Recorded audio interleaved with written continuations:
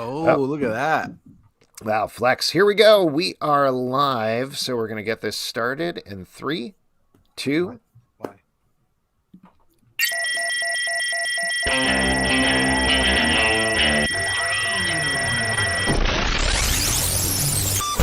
What is up, everybody? Welcome to Comic Book Club. I'm Alex. I'm Justin. I'm Pete. And we are coming to you live from a couple of different places on the internet. We are live over at Crowdcast. We're live over at YouTube. Or maybe you're listening to the podcast later. iTunes, Android, Spotify, Stitcher. Wherever you get your audio. It's all good, bro. Now, we have a packed... Yeah! Oh, wow. We have a packed do it song. again. I do. Hey, Boothman Prime's the It's- dad. Congratulations. It's 2022. Alex, bringing the hype. GG. Should I keep doing that all No. show long? Stop. I think Stop. I can't tell if the tech is broken or if the Alex robot's broken. I mean, We either didn't way, it doesn't update really the matter. firmware and the Zalbatron 5000, and it needs a boost. Now, as Pete was trying to say, though, we do have some exciting news for a former member of the show. Pete, take it away. Former, we just, in between R.I.P.. stuff until... R.I.P.. Go ahead. Oh, my God. Boothman R.I.P. Prime is a father. Congratulations. Congrats. If to you need Boothman context Prime. on that, we used to do the show live at a theater, and we had a dude doing the tech. We called him Boothman Prime. We recently, a year ago? Time has lost all meaning. Had him on the show when he got married at a Dunkin' Donuts. Now, I've gotten a report here in the comments on Crowdcast that they did not have the baby at a Dunkin' Donuts. Is that true, Pete? That is true, yes. They Missed went to a opportunity. hospital. I thought all of their life events were now tied to D&D. Yeah. I don't know. I always actually go to Dunkin' Donuts for any of my medical problems. And Smart. They're like, take I feel- donuts, call me in the morning. Dunkin' Donuts causes a lot of medical problems. And any baby born at Dunkin' Donuts is immediately smothered with too much cream and too much sugar. Oh, come on. Really, they keep telling me my donut levels are too low, and that'll solve my problem. That's definitely true. That's Um, how it's funny. We haven't seen each other in person in so long. I forgot how your legs look. I only see your torso and your faces, Oh, man. or in some cases, not your Interesting. faces. Right, Alex? Well, why don't we? Right, absolutely. Why don't we get into this? We have a couple of guests coming later on the show, but first, it's the time of the month when we say thank you to all of our amazing Patreon supporters, all the folks that support us at patreon.com/comicbookclub. Anybody at the $5 level and above, we give them a good old shout out here on the show. Shout out. Starting with Aaron C. Hollis, Adam Marks. Adriel Moreland, Elena Fontenot, Amanda Harris. Amy Gonzalez, Andrew Edge, Andrew Primo. Andrew Tillman, Beercat PhD, Benjamin Brown. Carly W, Christina Jaramillo, Chris Terralizzi. Clemens Lure, Curtis LaRock, Demand Ryan. Dan Snow, Daniel Fuentes, Daniel, I love you, Pete Cabral. Daniel Wharton. There goes that love. Sorry, Daddy Heck, Debbie Gloom. Dennis Scott, Derek Mainhart, Dylan L.J. Eduardo Martinez, Emmett Quish, Aaron Dorian. Jeffrey Feel better. Risher, Gerard Delvilliers, Isaac Carter. James Connolly, James Kurtz, Jason Donahue. Jolene, John George, Jonathan Jong. Jonathan McCool, Joshua Gibson, Joshua W. Bronxon. Catherine Annenson, Casey Newhaven, Kevin Grimes. Kevin Kleinrock, Karen Broderick, Cody Thomas. my man Kyle, Lee Brown, Lawana Thomas. cute, Luke Asink, Mark Carrillo, Mark Zeller. Matt Tice, Megan Thigpen, Michael Tillman. Mitchell McDonald, Nathaniel Diaz, Nelso Kelso. Nick Grayson, Off-White Savior, Official CBC chef Brett Macris, a.k.a. Stray Bullies. Omnia Soul Art, Oren Dix, Pablo Martinez. What's up, Pablo? Pedro A. Rangel, Pete's Pretty Kitty, Prime Time. Paulie G. you got the Rev Mikey, Rob Bliss, Robert Plantanta. oops, Sarah Schotmuller, Sarah Schaefer. Also, Robert Pedinato. But go ahead, Pete. That's how other people pronounce it. Scott Carpenter. Scott England. Stanley. Steve Cook. Tamila Rush. Taylor Bryan. The Big Flood. The 12 Bench. Thomas Glenn. Victor Perez. Will Buchanan. And Zika's Viral Comics. Thank you all so much for supporting the show. We really, really appreciate it. You all are very awesome. We could not do the show without you. Now, it's true. Especially you, Robert Patatow.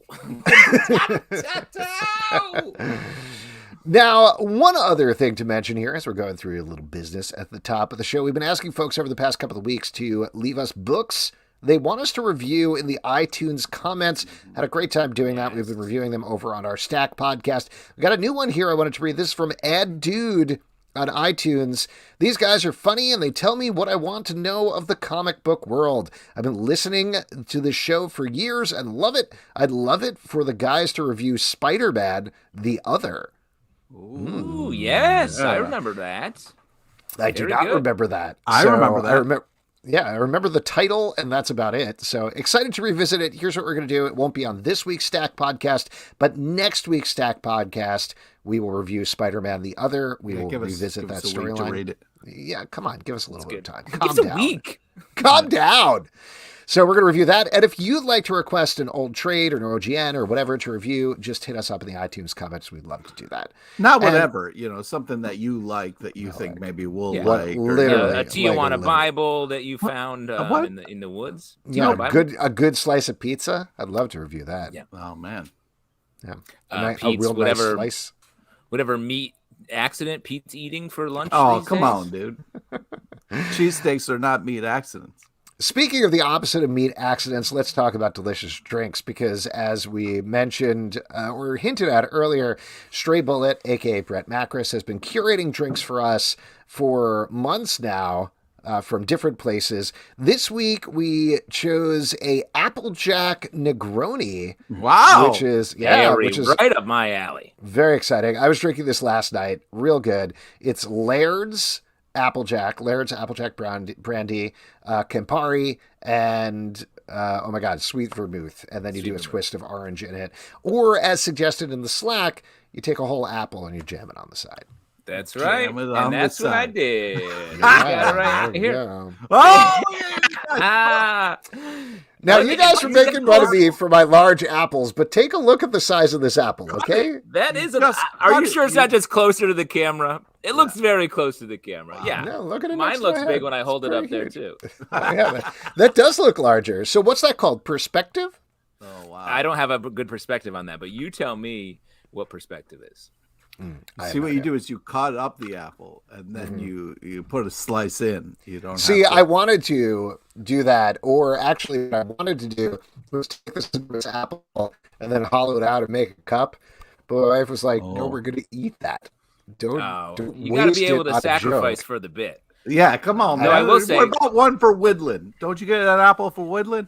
Where's my Whitland apple? Alex says when he gets up in the morning. I love Shenanigans says, "Where'd you get an apple that big?" Alex famously orders high-end genetically modified apples from Fresh Direct, which it must be expensive just to have some poor person cart that James and the Giant apple to your door. Even worse, I order it one apple at a time. Oh man, I just have them carry one apple to my house, and then I say thank you, and then I go the way I order another one. Hey, I hope you that tip apple, them at least. The apple guy wants another 10-pound apple who wants to run it over to his house. Weird apple guy. Weird apple guy. Well, we have a bunch of people who are not weird apple guys as our guests on the show today, so why don't we welcome them in. Later in the show, Mark Russell is going to be here, but let's welcome in our first guest. He is the curator and one of the writers of Kolchak The Night Stalker's 50th anniversary, which is currently on Kickstarter. James Aquilone. James, hello. Thank you for coming on. Sorry, I butchered your last name right there. I didn't hear. What was? How did you say it? Aquilone? No, that's right. I did it wrong the first time. The time you didn't hear, I got it horribly wrong. Alex, you don't have to admit mistakes that never occurred. That's None right. of us. Right. Those are called secrets.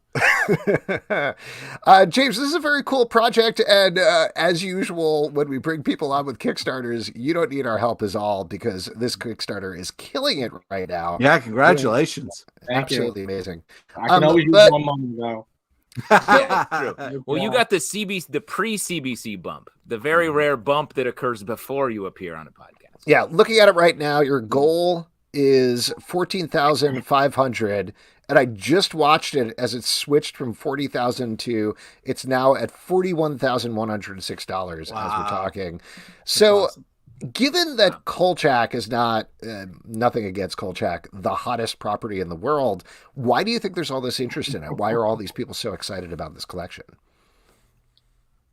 You know, when I started the project and I started like looking into it, I discovered that there's this huge fandom there, and there are Facebook groups that have tens of thousands of Kolchak fans, and Nice. they post about Kolchak every day, like 10 to 20 times a day. So I was like, okay, I think this is going to be successful, because I had no idea. I mean, I know a lot of people love Kolchak, but I didn't know it was so active on social media. I'm like, how are you posting about a show that's been off the air for like 47 years and then still find a way to post about it every day? So I figured people are waiting for something like this, so when it launched and it just started to take off, I was like, okay, I was right. And the fans were definitely waiting for a project like this. And, there wasn't this type of stuff. I mean, Moonstone has always done Kolchak books, but there's never been like officially licensed merch and stuff. So now fans can really get their hands on all that stuff. Can you walk us through, if anyone hasn't been watching 70s television, could you walk us through who Kolchak is and where he came from? Well, Kolchak is a reporter who somehow just always stumbles upon monsters. So like every week on the TV show, every week he ran into like a zombie or a vampire. But it did start off as 2 TV movies. It was first the Night Stalker in 1972, and then the Night Strangler in 1973, and they were both written by Richard Matheson. So it got off to a great start, and then they did the TV series, which lasted 20 episodes, and that's all we ever got of Kolchak. Wow, it's wild. But I mean, Kolchak inspired X-Files for sure. Feels like was a sort of a direct connection there. So the mark has been left. Yeah, Chris Carter was like very open about Kolchak being like the main inspiration for the X-Files. And Darren McGavin even appeared on the X-Files at one point. He was supposed to be on as Kolchak, but I don't think Darren McGavin like really never liked Kolchak, and I don't think he really wanted to do it. And so he ended up not doing it on the X-Files. So he was some other character.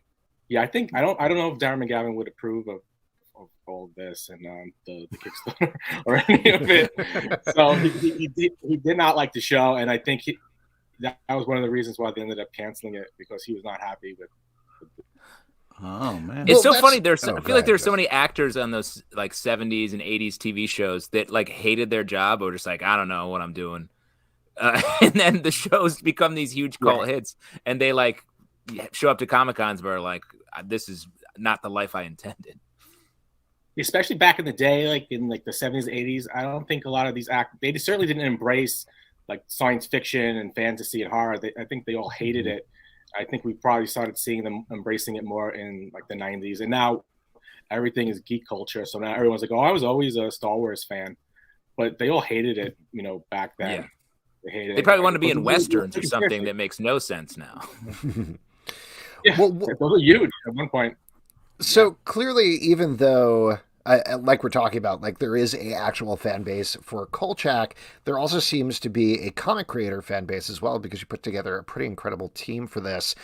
Yeah. How did you approach people? And did people immediately jump and say, yes, absolutely, I write something about Kolchak, or did you have to sort of nudge them and convince them a little bit? No, that was actually pretty easy, because there are a ton of Kolchak fans out there, and I think every horror writer is probably a Kolchak fan. So sometimes I just like took a chance, and they're like, "Yeah, I'm a Kolchak fan." And so I was like, "Okay." Kim Newman obviously is a Kolchak fan. He was doing the audio commentary for the new Blu-ray of the series, which came out in October. So I saw his name there, and I was like, "Oh, okay. I'm gonna contact Kim Newman." And he like immediately got back to me, and I didn't know him or anything. I was just sending the email out into the world, and he said, "Okay." So he was in. The first person I asked though was Richard Christian Matheson, the son of Richard Matheson, who in his own right is an incredible horror writer and screenwriter. And I had worked with him on my previous Kickstarter, Classic Monsters Unleashed. He wrote a short story for that. So I figured, I have to ask him first. And if I get the Matheson seal of approval, then I'm good. And he agreed to write the intro, and he's going to write a short story, which would be his first comic book story he's ever written. Wow, that's exciting. Awesome. That's awesome. Now, the format of the book is through different eras. Right, we see different decades. Why did you go with Kolchak sort of through time? Well, I wanted it to be like a celebration of his life, and something that would align well with like a 50th anniversary. So this has never been done before.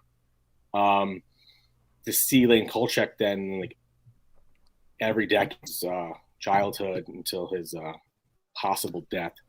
And I really did want to see Kolchak in high school, working like at the high school newspaper. So I said that would be great. Yeah. And I was like, an origin story. And we got David Aquilone, who's going to write that. So I was like, that's really cool. So it kind of started with that. And since, Darren McGavin was in A Christmas Story, I said, you got to throw in like a Red Ryder BB gun. Nice. Yeah. Shoot your eye out, kid. Yep. So... we'll have a story in every decade from the 30s till the early 2000s, and then there'll be 3 stories set in the 70s. Wow, nice. That's awesome. What will people get when they pledge this Kickstarter? Obviously, there's different things for different levels, but you're getting, I assume, the whole collection involving all of the different stories from every decade. Yes, yeah, all the books. Well, there's really 2 versions of the graphic novel. The soft cover will have all the comic book stories and the intro and the essays.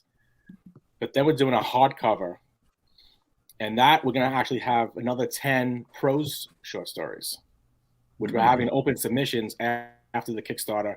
So Kolchak fans, if they have any ideas for stories, they could write a short story and submit it to us, and it could possibly. That's awesome. So that's going to be alongside the comic book stories. And then they will also have like a one-shot comic book, like probably about 40 pages. We'll have 3 stories from the graphic novel will be in there. So we got our graphic novel, we have our comic book, and we have something for everybody. Awesome. I mean, anyone out there listening, like if you want to, obviously go support the Kickstarter because it's a great book and super interesting. But if you are just wanting to launch a Kickstarter, James' Kickstarter is really well laid out. So many different tiers, so many different ways to it's really well done, James. Thank you. Yeah, I love Kickstarter. I did a Kickstarter last year and we did pretty well. This one's already seemed like it's going to blow that one away. So Kickstarters are fun. I'm kind of, I'm bad at refreshing the page. I'm always like, and I wouldn't even. Meaning you're doing it too much or not enough? Oh, too much. Way too much. Yeah, every 4 or 5 minutes. I'm doing it right now. Yeah. Time since we've been talking. Yeah, so I love it. Well, and it's money too. So it's like every time I hit that button, it's more money. Yeah, it's like a slot machine, but it pays out no matter what. Right, I always win. Yeah. Oh, sometimes people cancel though, and then that really annoys me because then it's like, wait a minute, sometimes you lose. Go investigate, and then I email them. Investigate, send them letters, find out their home address, like all the normal stuff. Yeah. throw a brick through their window wrapped in a Kolchak comic book. That's not cool, man. I mean, people actually pledge and then like cancel it like 5 minutes later. Yeah. Oh, it's heartbreaking. Rude. Just accept that your money's gone at this point, all right, and move on to the next thing. That's all I'm saying. Wow. James, how much longer can people pledge this Kickstarter? How long is it open until? I think we have another 30 days. I think we end February 11th, something like that. Right. Nice. Yeah, we Plenty just of time. started. It just launched yesterday, so we're only like a Oh my day God, and a that's wild. Wow. yeah. Wow, that's Awesome. amazing. That's amazing. That's great. Yeah. James, congratulations. This project is so cool. I can't wait to see it go on to clearly incredible success. And thanks for coming on the show. Thank you. This has been Keep stalking the night. Keeps talking tonight. Thanks, James. Congratulations. all right. All right, there we go. That was James Aquilone, and the book is Kolchak The Night Stalker's 50th anniversary. And you guys can't see me, is what I'm getting. Is that what's Yep. going on? That's Yeah. correct. Oh, great. Why are you doing something funny? Are you doing Yeah, something cool? I have so many large apples right now. It's ridiculous. Ah, nice. And Wait, you're in you- your you sort could- of- flexing. You could see my large apple earlier in the show, right? Yep. Okay. yes, definitely. Well, I have it blurred out because I don't want to see that stuff. It's too, Yeah, it is pretty it's too gross. weird. But you're in gross, your yeah. mid-show clown makeup, right? I feel like I should take off my shirt just for the brief second when I come back on camera, but Oh my God. we'll see what happens. That's All right, scary. all right, man. You said it. That's what the audio listeners are really seeing in their mind's eye now. Alex's surprisingly hairy chest. Nate.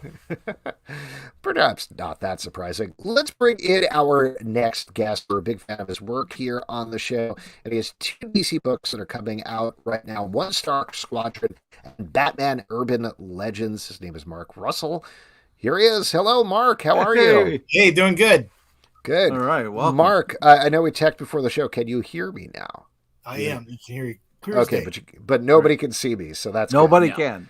Just like Excellent. the fans wanted. Just the A way I black wanted it. bar. You've been redacted. Excellent. Mark, as I mentioned, we're a huge fan of your books here, and I've really been enjoying One Star Squadron in particular. It's definitely a different mode for DC, even though, of course, you have done your very incisive cultural commentary, biting political commentary type thing. But this seems to be delving very specifically into the gig economy and really in a very good and very funny way, throwing a lot of classic characters under the bus. Did DC take any convincing there, or were they always on board with this concept? No, weirdly, they're the ones who sort of approached me with the concept. Oh, nice. Their idea was what they approached me with is they wanted to do sort of a Justice League International type like story, but it'd be about like superheroes working as superheroes, like having to make money at it. And then I basically just took that and made the One Star Squadron out of it, using the cast of characters they'd let me use. So I think if they did have any pushback, it was like, no, you can't do that to, X. You can't do that to this character. So it took a little bit of a casting call to find all the characters I could use in the story. In fact, initially, the Minuteman character, I wanted to make that Hourman, but they said no, Right. presumably because Hourman's about to get his own show on the CW, and they didn't want him jonesing for Miracle pills in my comic book. Fortunately, they have a time- hero for every time increment that could be Yeah. imagined out there. So I had to make up a new hero to take his place. So I made a Minuteman whose superpowers only last for 1 minute, which in a way works even better because it's even more pathetic. Yeah, super funny. What- Now, I feel like comedy in comics is hard, and you're great at it. But you also have the real deal story, character, drama underneath. I'm curious, which do you sort of approach first when you're writing? Well, it's weirdly the saddest things are usually kind of the funniest to me. So I kind of approach them at the same time. It's like, what's the story? What is it? What would happen in the real world to these characters if they really had to work in the gig economy? What are the sorts of things they would have to face? And then usually when I ask myself those sorts of questions, the funny things about it and the sad things about it often occur to me more or less at the same time. And usually they're the same thing. So your eyes roll back in your head, and it all just Yeah, appears on the sort of. screen. I don't want to make it sound easy. I do have to work at it, but yeah, it's like a lot of it is just thinking about what the implications are of putting superheroes in like the gig economy, and that's kind of the the basis from which I write the entire series. And also, the other sort of polar front that I work from is the idea of like Red Tornado being an android, but trying his best to act like a human being, what he thinks a human being should be. And a lot of what he thinks a human should be is based upon like his experience as an assistant manager under Manhunter, and also his experience sort of rubbing shoulders with Superman, who ironically is not a human being either. Now, given that you do have, speaking specifically about One Star Squadron, but also in general, you do have these very pointed political takes through a lot of your work. I know we're certainly steeped in discussions about the gig economy, but do you do research for this? Are there materials that you're looking back at, certain articles you're referencing, or books or anything like that? Weirdly, I kind of feel like research is the living I do before I get an idea. Like the research is all the things I'm reading, the things I'm thinking about. And then when I'm approached to like write a comic or I get an idea from a comic, it's usually based upon research I've already done, just the things I'm choosing to read about. And so I think that was my research, was just sort of like reading articles and seeing in tweets and stuff about how the gig economy has affected people's lives, oftentimes how it's destroyed their lives. And then that kind of like whatever, that's what sort of like inspires me to come up with the title. A lot of your stuff, this included, as you're intimating here, is very critical, and I think well said, but critical of capitalism. Do you see anything positive in capitalism, or is it all downhill? No, I think that there has been a lot historically positive about capitalism. It provided us with the highest standard of living in the world throughout the 20th century. But I think that the difference was that back then, in the 20th century, in the post-war era, when capitalism worked for people, for regular people, you had corporations that felt honor bound to take care of their employees. IBM had a country club that anyone, even the guy who just put in like the rearview mirror in like a General Motors car, got a membership to like the General Motors club. And you don't really see that responsibility on the part of corporate America for its employees anymore. We're now pivoting more to like a gig mentality, a gig economy mentality, where everyone's on their own and no one's going to take care of you. So even though we've got all the leverage, you've somehow got to like find a way to like provide for your own health insurance, to, find an apartment when you're making $1,800 a month. And I think that's the difference. That's why we need to sort of pivot away from that sort of our old model of like capitalism taking care of us, from like, well, no, we need to actively take care of the problems the market is no longer addressing. Have you ever gotten any notes in response to some of these sort of underlying themes in a lot of your stories from any of the companies you work for?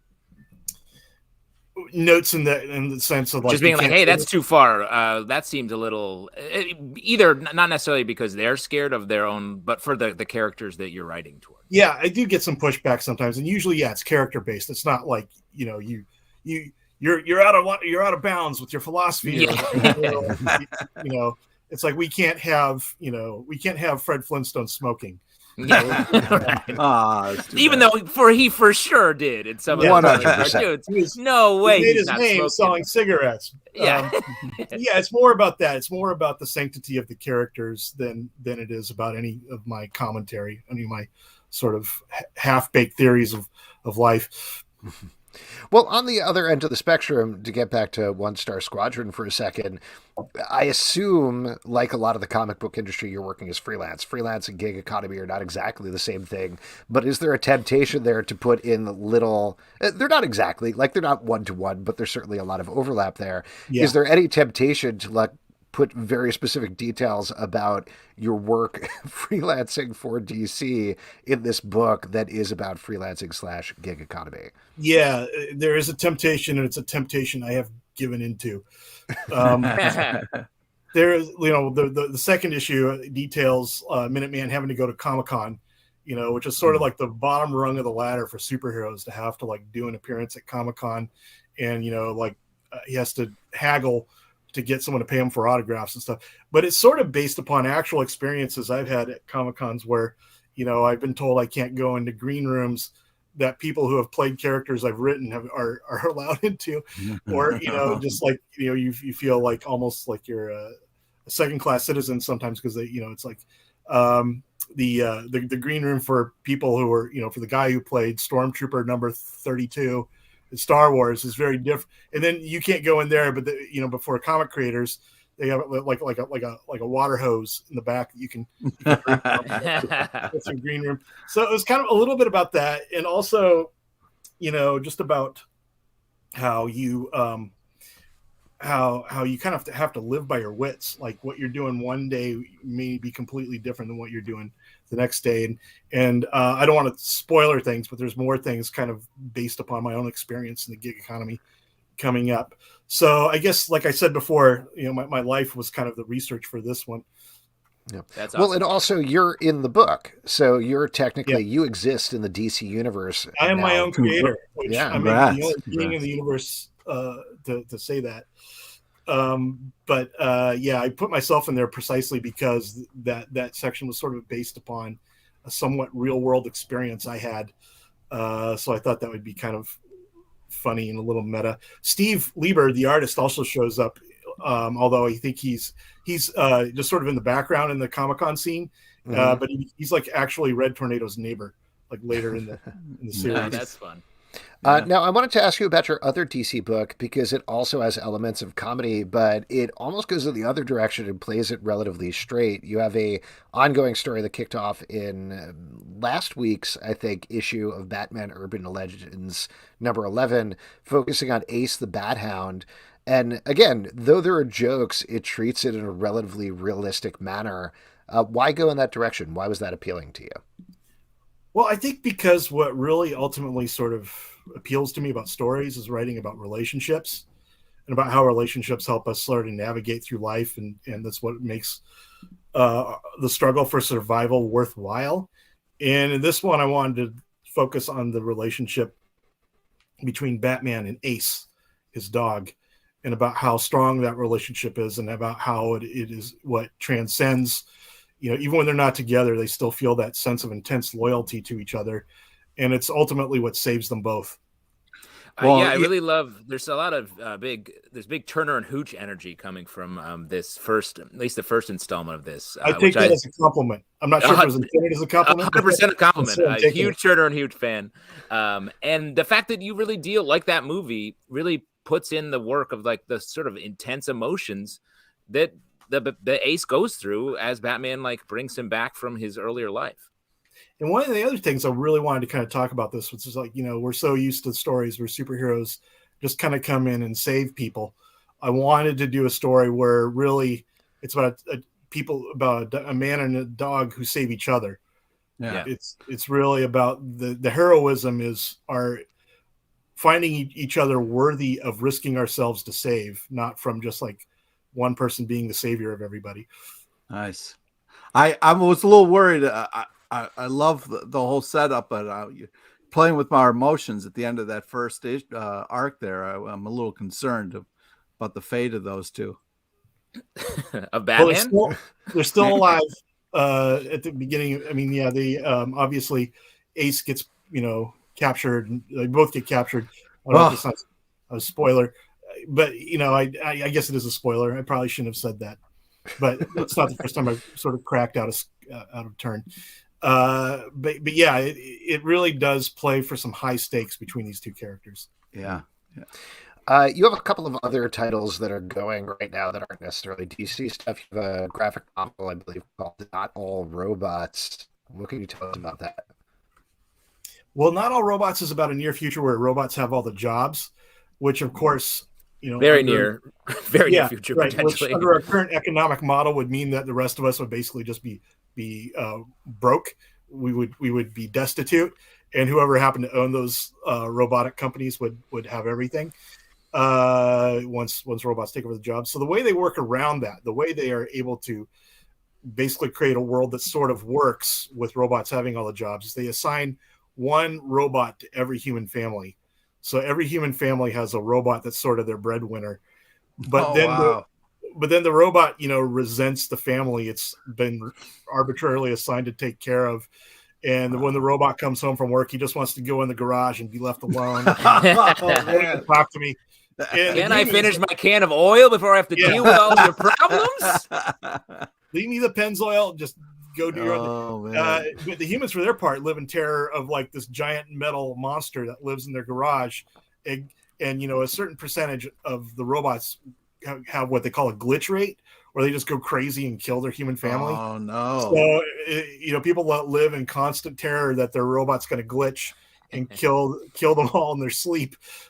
So it really is about this sort of mutual terror created by economic codependence, which is really what we all lived on, in like the good old days when everyone was a one income single income like household. It's like we all were kind of beholden upon one person to provide for us, and it created so much economic pressure on that person, usually the dad in the family, that I think it like disrupted a lot of relationships just because the dad felt so overburdened by the responsibility of taking care of everyone. Everyone kind of resented the fact that the dad had all the power, about how it's not good for one person to have that much power in a family, and how it creates mutual resentments. Finally, a terrifying physical representation of our ongoing economic anxiety. Yeah. We got a question in the comments from Nat Townsend. Is it exhausting to be so aware of the problems facing our society? Actually, it feels therapeutic to me to actually write about it, because I live in this terror whether I choose to or not. Yeah, it's just that's a good point. By writing it, I at least get some of it out of my head, and I feel like I've done something, however small. And writing a comic book about it is about as small as you can get in terms of actual activism. But no. You're our robot breadwinner, Mark. Yeah, You're that's our right. robot breadwinner. Oh, thank you. I appreciate that. I'm happy. I do not resent you. Don't worry. I'm not going to glitch. I don't know. I also do think, in all seriousness, I think there's something to be said for what you are doing in comic books, because comic books generally are thought of as very broad superhero battles. That's pretty much it. They were never like that, though, and I think us, hardcore comic book fans, when people are like, God, Captain America's getting political again, we're like, what are you talking about? You're a crazy person. But that almost feels like the stuff that you're doing, it's double going in that direction, where it's uber clear that it is satire, it is driving down on these things. And I think it's important to have that alongside the other stuff that clearly people are interpreting too broadly, I feel like the point of arts in general is to be the sort of mutating gene in the human mental genome, that the genes in us that mutate, that are a little different than they're not just the self-replicating genes that cause us to evolve, that cause us to grow and become different over time. And I feel that's what the purpose of the arts is, to be that sort of gene that doesn't replicate itself exactly the same, but that does something a little different, so that we have the opportunity to evolve should we choose to take it. That's great. And I also feel like comics used to be a little bit more commenting on culture. And I feel like your Flintstone series, I feel like really everyone was like, oh, comics can be fun and also make you feel something in this way, as opposed to just being like a dark mirror up to society. It's like, no, look, here's a problem that we're dealing with through humor and these characters that we love. Yeah, as dark as some of the things are that I comment about, I never want to approach it with despair. I never want to be part of the darkness. I always want to be like part of like somebody who's like there to like lend myself to that, so that we can get through this together. And I think it's the way I always approach it. It's like there's got to be a way for us to get through this together, as opposed to like, nope, let's just turn out the lights. Go to sleep under the bed. Do you ever want to go back to the Flintstones? Part of me does, but part of me always, when I see, someone making, I don't mean to talk shit about anybody in particular, but, I see somebody remaking a hit, or doing a sequel to the last hit movie they had 20 years ago. I always think, oh, this person this person's admitting that their career is done. Yeah, they hit a wall clearly. Yeah, so probably not. Although there is the deluxe edition of the Flintstones that's coming out next month, and I just got my comps in today, and it's really beautiful. It contains all 12 issues of the Flintstones, plus the Flintstones Booster Gold crossover I did with Rick Leonardi. So I'm really happy with that. It's been my dream for like a long time to see all of it collected in one book. So congratulations, man. thank you. It was Yeah, I great. feel like that's kind of the happy ending to the Flintstones. We got a question here in the comments from Derek Mainhart. Says, why the title My Bad for your important new superhero universe? Well, it's co-created with my friend Bryce Ingman, who writes the half of the story about the villain, Emperor King, and I write the half about the hero, the Chandelier. And for those who aren't familiar, the Chandelier is like a billionaire vigilante, sort of like Batman. He's the heir to a lamp fortune, so he chose to become a night vigilante called the Chandelier. But his actual real life persona, the billionaire Jamington Winthrop, gets a present for his birthday from this supervillain. He gets a salad shooter for his birthday from the villain Emperor King. And so this blows his mind because he's like, oh, has he figured it out? Has he figured out that I'm really the Chandelier? And he just torments him. Like, what's he going to do now that he knows? Does he know? He knows. What's he going to do with this knowledge now? And so that part of the story is just about his angst. And then the other part of the story written by my friend Bryce is about the Emperor King and him sort of catching, he's a very bitter, spiteful villain, and he creates this trap for this hero who he really hates, but gets the wrong hero in the trap, and then decides he really hits it off with this hero that he's caught in the trap, but he can't let the hero out because it's like once it's started, he's got to follow through. So he's got to watch as his new friend is sort of put through 16 different levels of torture in this machine. Wow. And it's called My Bad, part because everyone's making these horrible mistakes, and also because it's about this guy's arch nemesis and how he's he's haunting his waking thoughts. Wow. Super fun issue. I love that book. Yeah. To get back to the DC stuff, One Star Squadron, the first 2 issues have come out. The third one is that next month? Is that right? Yeah, that comes out, I think, in a couple weeks. And Batman Urban Legends is the first of 6 parts that is running through the title. So that's also monthly? That's not like bi-weekly or any sort of schedule Right, like that? yeah. Also monthly. Okay. Awesome. And anything else coming out for you that you want to plug before we let you go? Well, the 6th and final installment of Fantastic Four Life Story. Another great book that we didn't talk about, but I love the parts of the Fantastic Four sort of mythology that you picked out. I thought were so interesting and smart. Really enjoyed that book. It was a pure labor of love for me. I'm amazed that they offered it to me, and it's just been a joy to work on. That's awesome. Well, actually, quick question about that one, because we've talked about this a little bit on our Stack podcast. It is not satirical. Exactly. It's much more serious.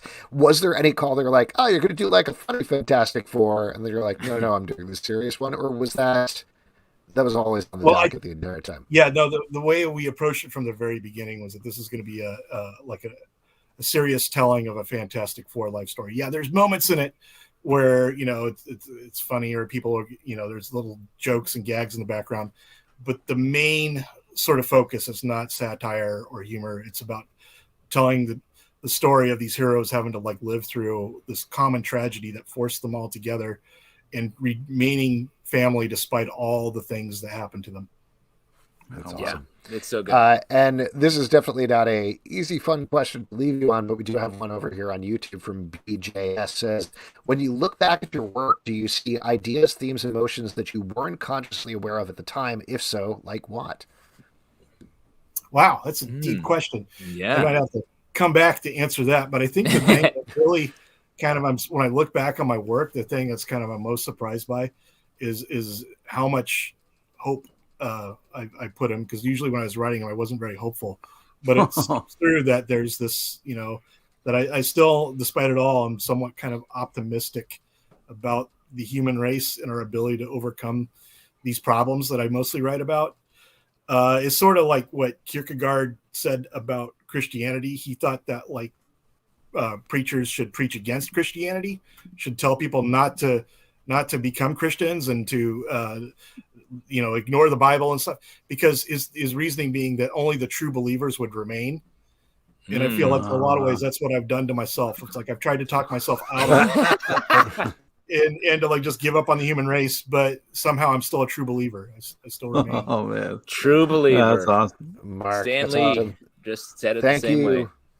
way. Mark, thank you so much for coming on the show. It's a pleasure. Big right. fans of your work. Thank you, everyone. Yeah, Good take luck with care. everything. Thank you Thanks, so Mark. much. Yeah, well, All right, there we go. Once again, the 2 books from DC. You should be checking out our 1-star Squadron, which, as mentioned, the second issue is out on stands now. Also, Batman Urban Legends number 11, which kicks off the Ace, the Batman story. It's super awesome. Yeah, Super I can't great. wait to keep reading that. It's been really cool. He's like a Swiss Army knife. He This guy. does it all, and it's really just great work across the board. Yeah, whether it's a corkscrew or a knife or a toothpick that's surprisingly there, he's got it all. A toothpick you use once, then put back, and the next time you pull it out, you're like, oh, I didn't Oh, wash this this. is gross. Yeah. Yeah. Oh, man. Who? You All right. never washed the toothpick. Why don't we move on with our next section, which is my favorite section because you all make it up. It's your audience questions. And for audience questions, all you got to do is drop a question, either an Ask a Question over on Crowdcast or in the comments over on YouTube. But while you're doing that, let's turn it to this week's sponsor, which is once again the Blindsided podcast from the Players Tribune.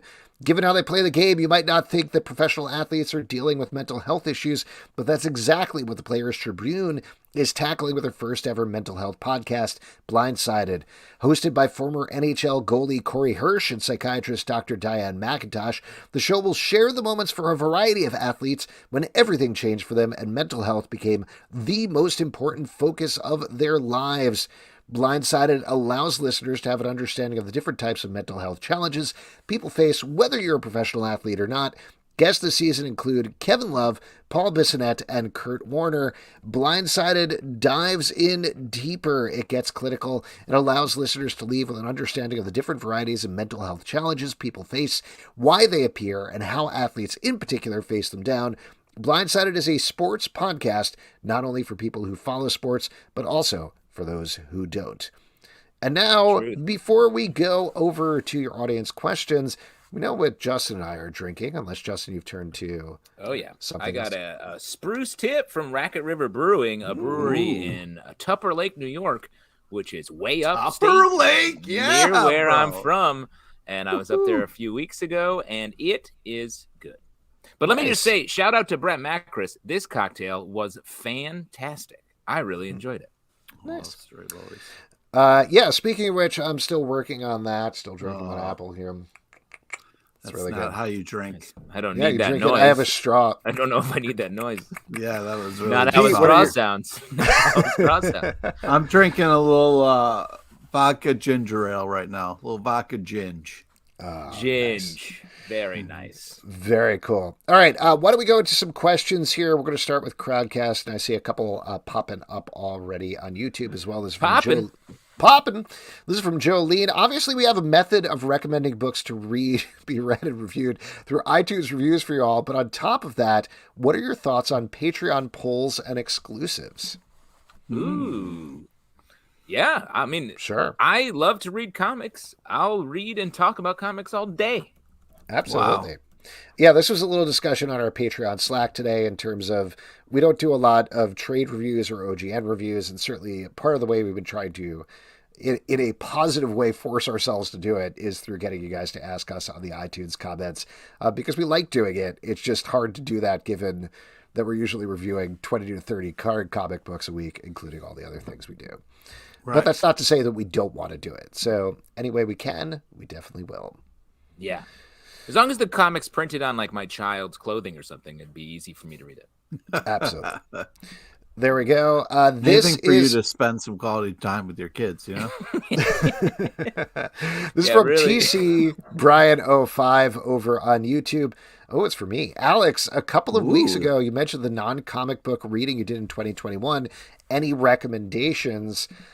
Definitely not. I mean, if you give me a second, I could open Goodreads, but I'll mention the thing that I yes. just... Another huge Alex quote. Fucking Give me a get- second so I can Stop open flexing Goodreads. all over us. I just heard Fucking 1,000 people ass. Flexing turn that I off have an the app on podcast. my phone because That's I right. can't remember what books I read.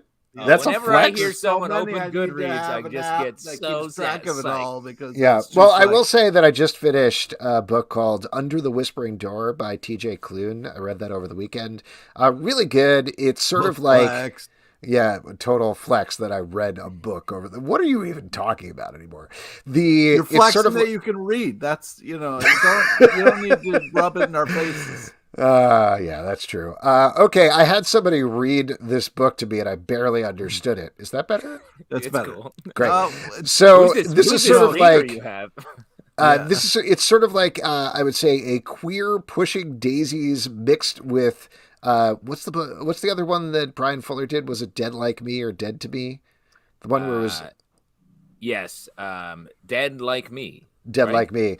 Yeah, and it's about an asshole who dies. He ends up at this mystical tea shop where he's supposed to be ushered onto the other side, and he ends up hanging out there for a while and finding out about the rules of how you end up going to the afterlife and all these things. Very fun, very good. Another one.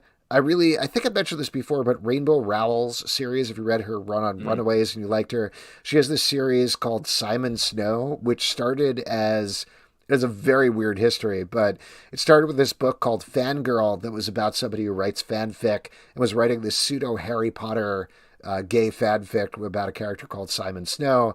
She ended up writing an actual Simon Snow book that follows up on that, and it's part of a trilogy, and they're all pretty good. But the big ones that I recommend, just looking back here, Project Hail Mary, if you guys haven't read that.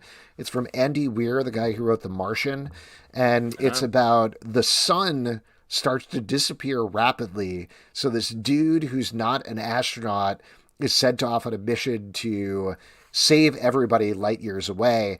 But it starts off at a place where he wakes up and he doesn't remember the mission. He doesn't remember himself. He doesn't know how he got here. And he's suddenly in a galaxy light years away and has to basically work backwards and figure out how to save the entire planet. So super cool. Fun, super good. Really recommend that. Wait, When do you have time to read? Is it Yeah. when your kids are also reading? I'm confused because Is it we after watch you a put lot your of kids to sleep? television, we podcast, we're doing a lot. And I just don't know when you So I mentioned this the two times that I read. Okay, I'll break it down into three chunks and then I'll move on for this. But one is I try to read at least a chapter before I go to bed at night, just Does it to affect get it your in. dreams? What? It does. It actually helps me sleep a lot better because if I go straight from TV or straight from to be perfectly honest, Yelling after at your doing these children. shows for 3 hours, I'm pretty hepped up for the rest pretty of the night. juiced. I'm pretty I mean, juiced up. I go work out. I go lift. You're drunk, like, is what you I are. just I run. drunk. I take a run for 20 miles just to get that energy out. No, but after that, particularly when it is like that, or I've been working late or something like that, reading a chapter tends to calm me down and help me get to sleep a little earlier. I run around or- Prospect Park screaming the exact script of our podcast aloud for anyone. Please Oh, feel free to very come nice, very nice. out into the. The other one I Live do reading. sometimes read when the kids are reading. Like this weekend, my son and I just kind of lay on the bed and read together for a while, and it was the most awesome thing. So Oh, that was cute. pretty cool. Adorable. And then very occasionally, there's some weekends when they're just off doing their own things at this point. Like this weekend, I was Oh like, my God. they're downstairs. They're not paying attention to me. And I was like, flip, flip, flip, flip, flip, flip, flip. So Wow, That's basically that's a dream. I've never experienced that with children. you'll get But there. Your someday. kids are younger. Yeah. You'll get there. It's still tough. It's still very tough, but I just started The City We Became by N.K. Jemisin, and so good. very excited to read. I'm at about one page every couple weeks, so really enjoying it. That book is awesome. I'm very excited to hear what you think of it. Let's move on to another question here. This is from Kevin. When reading a comic book based on something in another medium, do you prefer a straight adaptation or a comic that transforms the source into something new? And what are some of your favorite examples? I mean, that's tough. I mean, it's at this point we kind of don't want this straight adaptation anymore, right? Like that used to be the thing. Like, don't mess with something that is so perfect that we love. But now it's I feel like we've kind of gotten to this place where we want to see the things we recognize, but told in a different way in a different medium. Yeah, I mean, I agree. I like to see changes, especially once we know it, we know it. Let's do something else. But I mean, I'm not a huge G.I. Joe fan, but the G.I. Joe books that have come out in the past few years, I thought were really interesting because they were different.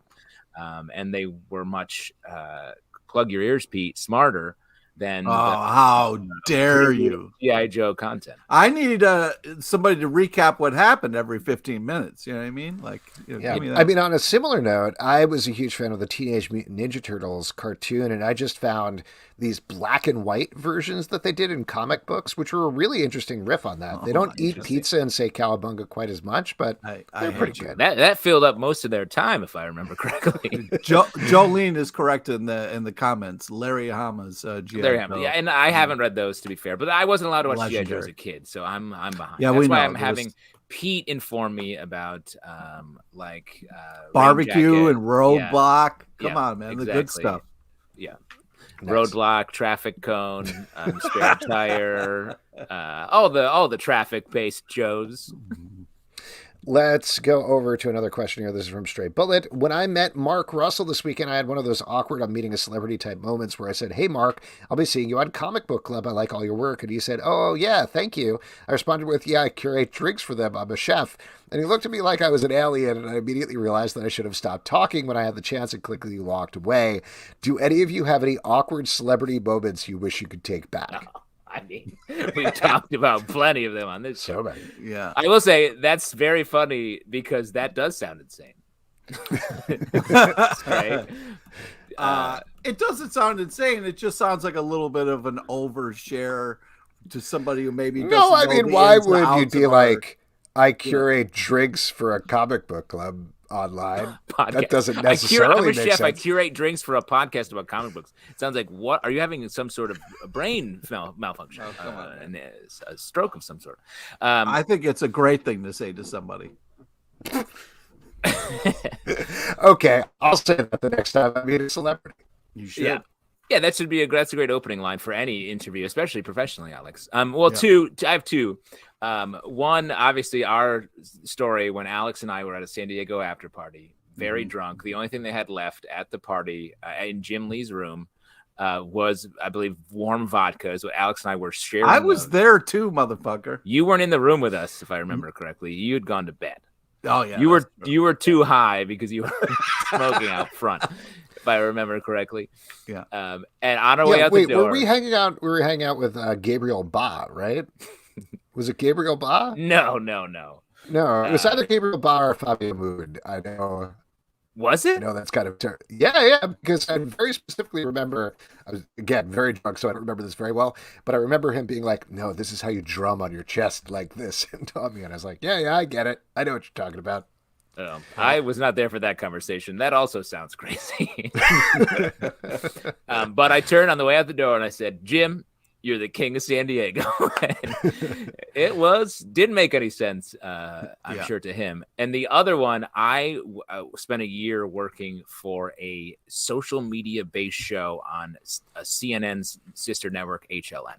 And I was interviewing George Lucas for his garbage movie, Strange Magic. And the last question I asked him was, which finger would you choose to rule the world? The question that the wizard asked Willow. Right. Of the movie Willow.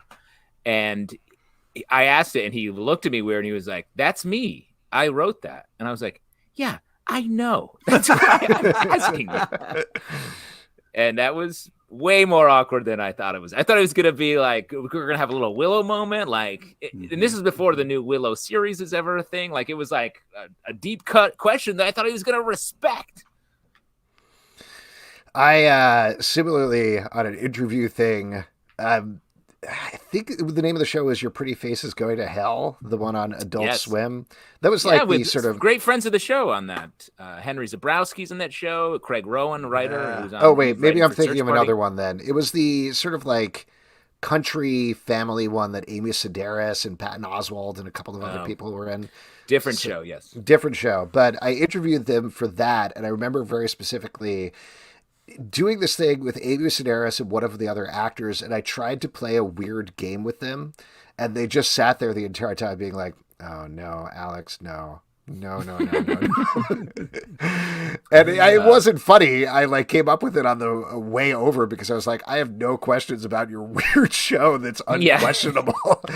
But so they were absolutely right. But I definitely think back on that, like, I should have thought about that a little better. But Oh, wow. All my stories are just usually me getting mad at somebody who's famous. So there's a lot of them, but they're all kind of very similar. Wow. What were we there for any of them? No, Pete was on the floor. Yeah, I was on the floor. Running around. Street beat. Yeah, I was running around the floor. I think the one that was kind of I shoved my foot in my mouth at the beginning was the guy who's like really blown up now. He's on This Is Us. He wrote he had, before Berserker was Keanu Reeves, it was his idea. You're talking about the guy from Heroes. Milo Ventimiglia? Yeah, Milo Ventimiglia. Milo. Yeah. And This Is Us guy? Yeah, This Is Us guy. And it was one of those things where we were talking, and it was this thing about like he was complaining about sleep, and I was like, sleep is all I have. Like, why would you want to take that away from me? And we got in this huge kind of like a fight, and I never recovered. It was just like this thing of like sleep. Yeah, he just was coming at sleep. Like, yeah, if I didn't have to fucking sleep, I. You know what? I'm sorry. That sounds like a good place. That's a good hill to plant your flag on, Pete. I'm proud of you. Like he was equally being weird. Like that's not a mess up on your part. He was being weird too. Well, either way, I mean, you're supposed to kind of like, okay, you're the famous person or whatever. I'll let you do whatever your thing is, but I never seem to get that right. I did a web series for Trident with him and Shannon Doherty. Little fact about me. Nice. Was it cool? Or was he complaining about sleep the whole time? Yeah, all he wanted to do. No, he wanted to sleep. All he wanted to do was sleep. Oh, I do have one other that I remember.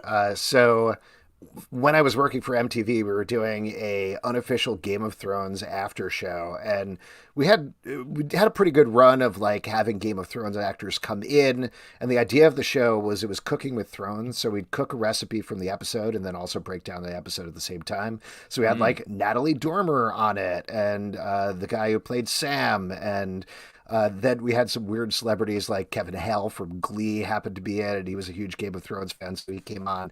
So we had like legit celebrities and people from the show. It was not a dinky run-of-night show, but we're at a Comic-Con, and the Red Wedding episode of Game of Thrones was going to air. And I was like, we didn't have a screener for it, but we knew the Red Wedding was going to happen. Everybody knew it was going to happen. We're like, well, we should tape something to put up afterwards. So at the Comic-Con, Felicia Day was there, and I asked her rep, I was like, hey, we'd love to have her on. This is the thing. Displayed it. She's like, that sounds great. Why don't we meet in the green room and you can set it up? We're like, great. So we spent the rest of the day being like, what would be fun to dress up the set? And we got hundreds of red vines and red candy to like put on to be like, since we don't have food that we can make here, we have some food you can snack on while we're doing the show.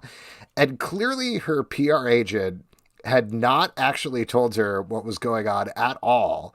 So she walked into the green room and saw an entire table of red vines, and a camera pointed at her. We're like, right this way, Miss Day.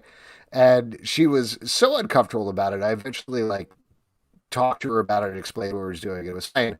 But the super uncomfortable, awkward celebrity thing was on the side the entire time, just like sitting on a chair, was Will Wheaton being like, this is why I told you to never do these things, Felicia. Don't do this, Felicia. And I was like, what is going on here? This is terrible. Wow. So I often slammed by Will Wheaton. Wait, why would that be so weird for her? Red. I think like if you're expected to do an interview about the stuff you're working on and you walk in and see a table covered in red vines, it's weird. Yeah. But Justin, you did a show with Felicia Day, right? It was she was in the same show with Milo Ventimiglia and Shannon Doherty. Not a joke, for Trident. It was called The Web Ventures of Justin and Alden. Hey, did Alden get a Verizon yes. Oh my God. I heard his voice talking to me. It's been creeping me out for a while. I'm glad we talked about that. This is from Nelson Martinez over on YouTube. Justin, have you caught up on Yellow Jackets? Pete, have you seen any of it? Alex, have you seen it now yet? Are you guys excited about finale new season announce? Have you guys watched yet? I haven't watched it yet. I I had to crush Search Party this week, which is what I did, and all the other stuff that I'm watching and we're watching. So I haven't watched it yet. Pete? Nope. Great. Yeah, I have seen the finale. Wait, I have seen the finale. Can't talk about it at all, or even hint or mention what I thought about it. Reviews are embargoed until after it airs. But if people are checking it out, it's been kind of insane how much steam this show has gotten over the course of the run. Like, it is legit word of mouth hit. And if you have the time this weekend, the finale is Sunday night. Well worth just getting like the 1 week Showtime trial, binging the 9 episodes. I'm going to crush it this week. Yeah, it's worth it. Search Party today. This is one that, like, again, zero I am saying about the finale. It's just pretty clear this is a finale that, like, people are going to talk about it. Like, oh man, you missed it. What are you talking about? You got to get caught up. So yeah, there you go. This is from Shenanigans over here on Crowdcast. Like Darren McGavin guest starring in X-Files as an homage to Kolchak, what are some of your favorite guest appearances that are homages to older TV shows or movies? Ooh, guest appearances as an older homage. Well, I love how we get Wesley Shipp is his name, the original Flash. How he's popped up in Flash. John Wesley Shipp, yeah. John Wesley Shipp, that's it. Yeah. So good. I love the original Flash series, so the fact that they're willing to pay homage like that is great. That's pretty awesome. Pete, you got one? Nope. Pete's done answering questions. Great. That's it for Pete. Thanks, Pete. Man, it's tough. All I'm rattling through are like Doctor Who guest stars and stuff, but that's ridiculous. Nope. Yeah, it doesn't count. Vincent Van Gogh, he's a classic TV character, right? Yeah, I guess in a way. Who else? I mean, I feel like that's such a thing to do now, is to have that that throwback character.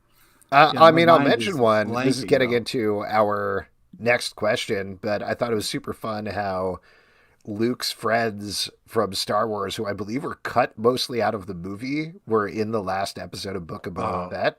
Yeah. Do you guys enjoying that now, or are you still fucking hating on you pieces of shit? The second episode was much better than the first, I thought.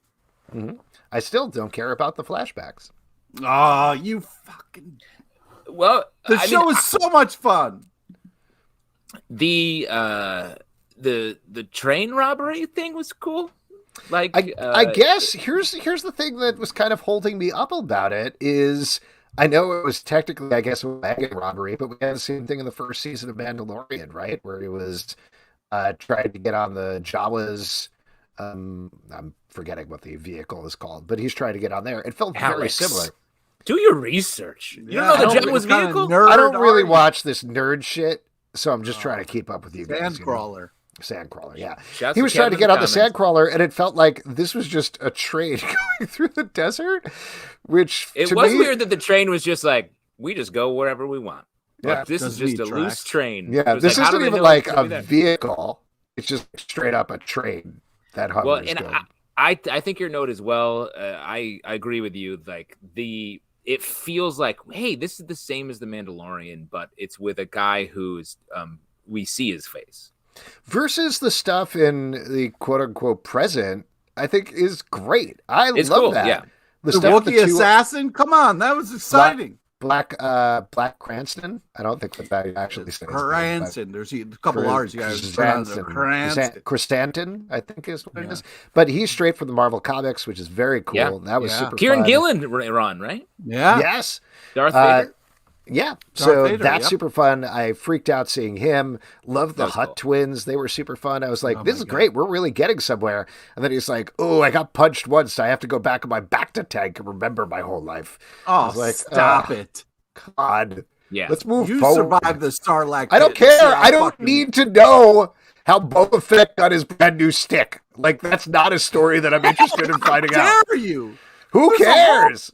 Oh, he got some new clothes. I've been spending every single appearance that he had in Mandalorian, and every episode I was like, whoa, why is he wearing those black clothes under his regular Boba Fett armor? This is what I'm concerned about. I don't care. You're a fucking asshole, dude. I agree with Pete. I want to know where all the sticks come from.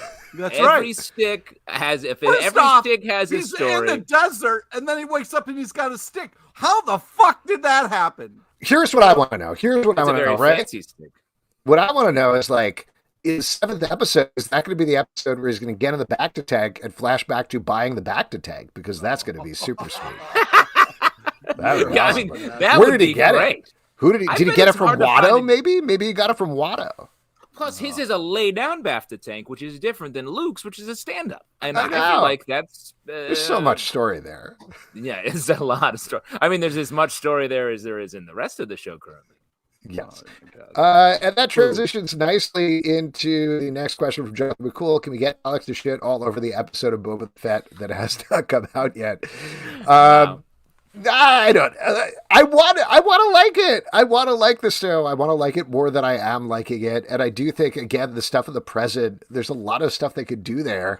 But I'm very trepidatious to watch tomorrow's episode if it's going to be like 2 minutes of things happening where Ming-Na Wen is like, ugh. And Boba the Fett is like, Boba the Fett. That's what I Boba said. the Fett. Boba the Fett talks Hey, to one Boba the more Fett. person and is like, ooh, I'm tired again. Let me Oh, remember You're a horrible walking person. through the desert or whatever it does. Well, I do think if they can find a way to differentiate the show a little bit more from The Mandalorian, it will be better. Yeah. And maybe that's what they're going to do going forward. Maybe this is partially, mind you, expectations, I guess, but I feel like the story was like, here's a gangster mob story set in the Star Wars universe. Very cool. And then instead, like you're saying, Justin, it just goes back to The Mandalorian, or it's like Dances with Wolves, but in the Star Wars universe. And I've already seen Dances with Wolves. Go fuck. But several nice. times. Recently, Hey. right? What a Hey. rewatch. What a rewatch Dances with Great. Wolves must be. I just feel like also The Mandalorian was more fun because he messed up a lot and was not great. So they were constantly undercutting this very self-serious character. Boba, they don't seem to want to do that as much. He doesn't get to be as fun. And I hope he gets to be more fun because, Pete, I want this to be good just like you. It is good, you fucking assholes. Right. Is it good, or do you just like Star Wars things? I love Star Wars things. Not all Star Wars things are good. I've had to watch a lot of things that weren't enjoyable. Name I'm one. ha- Name I've one ha- not good Star Wars thing. I can't my think of God. a single one. I just it just upsets me that you Uh-oh. guys are learning things. Wow. besides Everyone's President shutting down. Trump. What if he had a baby Boba? If it was Boba and baby Boba in a little hovering What I would love, thing. not to bring him up again, but I would love a little baby Watto who would be like, "Eh, Illinois, come on, honey, Who would say slightly anti-Semitic things. Yeah. love the money." That's Watto is. I feel like he's done. Right? We're done with Watto. Yeah, probably. First time I saw myself on screen. This is from Nat Wow. Townsend. Oh, that's fucked up. Jolene, I'd rather see a separate show about Ming-Na Wen. Yes. Hell yeah. And as I said, I think Ming-Na Wen needs a chair. She has to stand for so much in this show, and get her a stool, and that'll change the whole vibe. This is here's challenging us to history section, which is usually taken by Kevin, but I guess we'll see it to Nat this time. Oh. What are some other earlier instances of influential supernatural fiction like Kolchak from before superhero genre fiction went so mainstream? Sorry to put you on the spot. Feel free to come back to this one next week. All right, Next Nat. week. All right, great. Maybe in Yeah, my we'll come back to it 60s next when week. I've retired and read a bunch of old paper bags I find in some sort of basement. Old things that Oh, are God. good refs. Old things that are good refs. how it Mary sounds? Shelley's Frankenstein. Is that what you want to know, No. Nat? Is that what you're looking for? Is that what you want? Well, Pete's Nice. gone. Oh, Pete's gone. I'm trying to think. I mean, so much of that stuff has been mined to death. So what? I think the Twilight Zone reboot is not great, and that particular type of story, like anthology, that is like, I mean, Black Mirror updated it successfully. But we don't have that sort of everyday, down-to-earth, terrifying story that takes a modern issue and explores it through science fiction. That's something I would like to see. Good call. We got one last one here. It's another Book of Boba Fett one from Jolene. When does Book of Boba Fett take place? Because, like, Jabba's barge was there when he climbed out of the Sarlacc pit, but Boba looks like so much older than the oldest clone trooper. First of all, it's the pit of Carcoon, and it's called the Sarlacc, but you know, whatever you want to call it, I guess. I guess you're not a real fan, but and of course, don't go at fucking Jolene, dude. Book of Boba Fett, as we all know, takes place 9 ABY, right, guys? I mean, I'm sorry that you know that so quickly off the top of your head. I do. 9 years after the Battle of Yavin, guys. Good. Guys? No, I do know that way of keeping time, but I mean, the real answer is because the actor is older, and they just, you know, you can't young up him. He is that. He is who he is, and he looks like he's great. He looks like he's in great shape for all of the hard stuff that he has to do. Mm-hmm. But in general, it's a bit like Roger Moore, James Bond, where it's like, oh, this guy is just not built for fighting and doing that stuff because he's older and doesn't karate chop well. Yeah, and the reason the barge is there is so you can tell which Sarlacc pit it is. That's pretty much it. Well, the barge was left there, you know, it was exploded there. So, of course, it's not like someone's going to be like, oh, I guess maybe there would be people that would come through in a sandcrawler and be like, let's get this junk. Yeah, exactly. Yeah. Julian says it was still smoking. First of all, that's a line from The Mask, right, Pete? Somebody stop you. Mm-hmm. No, I think that's a Fred Flintstone line from the early incarnations of Fred Flintstone. But yeah, I mean, I think the implication was he went into the Sarlacc and then got out relatively quickly. He was not in there for a very long period of time. But he was going to be digested over the course of 1,000 years. That's right. He had some time. Right. But maybe he was in there for like a day or two. Tops. I think it's a lot. Alex, also, you don't know also the whole minutes, being... How many minutes after the Battle of Yavin was he in there out? Great question. I'll work that out in my head right now. Actually, I can't, because we got to move on with our next section, which is trivia. And for that, we're going to turn it over to Pete Page. All right. This is the part we give back to you, the lovely audience. It's an opportunity to win $25 free to Midtown Comics online. Because if you had $25, you go to a comic book shop. Zelbs, we have a person, right? We all have a person out there somewhere, but we do have a person for trivia as well. And this week it is John McCool, who I have welcomed into the stream. Nice. Now, if you would like to play trivia, I'm going to drop a link in the chats here on Crowdcast and YouTube. Also, you can check it out at Comic Book Live. All you got to do is submit to do the trivia, and we will bring you on. And I don't want to ruin it, but you're definitely going to win $25 gift card to Midtown Comics. Well, and learn a little bit about Harry Reid, Senator Harry Reid. I think we established. Ooh, that's in order, right? All right. Hello, Hey! books. Look at this, books. Books. I read all those books. Oh, don't flex on us, bro. Don't flex on us. Hey, great to see you. Thanks for joining us. Totally read it. Nah. You're sort of pushing it a little hard. It makes me feel like you haven't read any of them. That was War awesome. and Peace. Oh, nice. That's all so right. funny. Let's get this trivia started. That's the truth. That's the truth right there. Is we might as well have a sign that says books because it's all books. Sorry, Pete. Today's trivia is on topical comic news and a small nod to the legend Betty White, R.I.P. No! Please listen to all three options before making your selection. Here we go. Question number 1. Which comic coming out in April has a hero dying? Is it A, Spider-Man, B, Thor, or is it C, Rick Dutch Cousin? So it's either A, Spider-Man, don't pick it, or it's B, Thor. B. That is correct. Wow, they have said that nice. someone is dying in Thor and it's going to be hero. All right, here we go. Question number 2. Teenie Howard will start writing which comic and be teaming up with Miss Marvel artist Nico Leone? Is it A, She-Hulk, B, Catwoman, or C, Jean Smart? So it's either A, She-Hulk, don't pick it, or it's B, Catwoman. gonna use my thinking beard on that one. I Nice. think I'll go with B. B is correct, and that is a Nice. sweet thinking beard, by the way. I have an Much props to unthinking you. beard. All right, here we go. Thank you. Last one. Who recently signed a mostly exclusive deal with Image Comics? Is it A, Dan Slott, B, Jeff Lemire, or is it C, Joan Plowright? So it's either A, Dan Slott, don't pick it, or B, Jeff Lemire. I'll go with Jeff Lemire. That is Ah, correct. Amazing. Yes. Yes. Great work. Congratulations. You have won a $25 gift card to Midtown Comics. And is the movie, Pete, that you've been intimating with the third answer is bringing down the house? That's right. The Wow. 2003 problematic hit, Bring It Down the House. Problematic hit. And as we know, that is been carved into Betty White's tombstone. Yeah, of course. Now, Pete, let me ask you before we move past trivia, what do we think? We Robert Durst next week, or are you worried about the backlog of dead celebrities?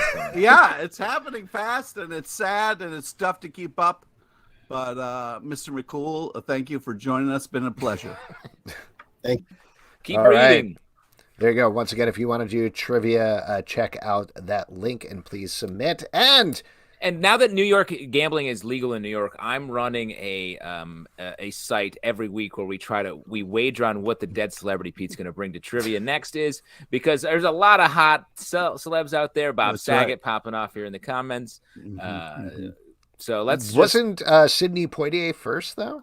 That's what I'm saying. I think there's a lot That of was pretty there's and a lot just of to mention again, possible- you've skipped Senator Harry Reid. Harry Reid. Wow, Harry if you don't know his Wow. name, Alex, he's not trivia. I'm worthy. not in charge. I'm not in charge of trivia. This Right. beautiful Yeah. tribute. As we all know, new comics come out all the time. What are you guys looking forward to, Pete? Coming out all the time. I'm looking forward to Dark Ages #4, as well as Robin and Batman #3. Justin?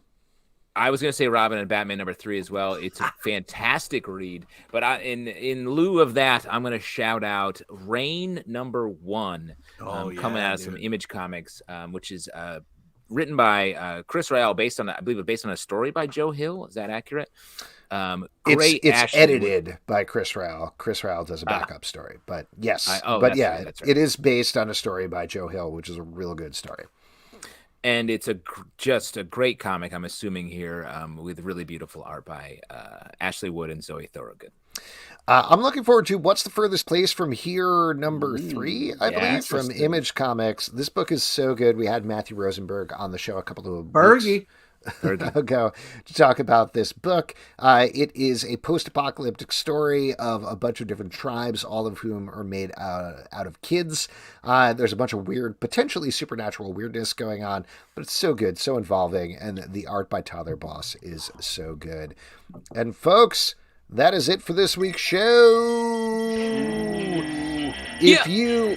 A couple of things. We want to thank James Aquilone for being on the podcast. Check out Kolchak The Night Stalker 50th Anniversary, which is on Kickstarter right now. Yeah. Mark Russell. Don't forget to check out DC's One-Star Squadron, which is issue 2 is on stand, and issue 3 is coming out next month. Also, Batman Urban Legends #11, Yes. which just came out. Fun Great story. ass And there's a bunch ace. of other stories in there, too, that are good. There absolutely are.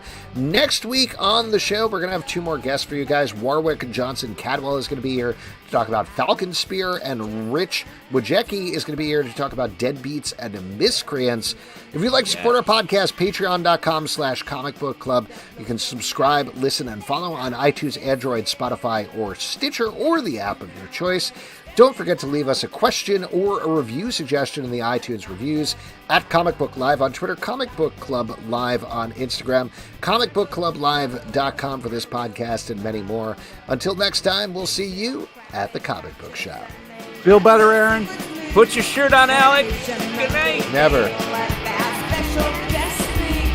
So grab your written hammer, don't be late for it, 'cause their girlfriends can barely tolerate it. Comic book club, comic book club, comic book club.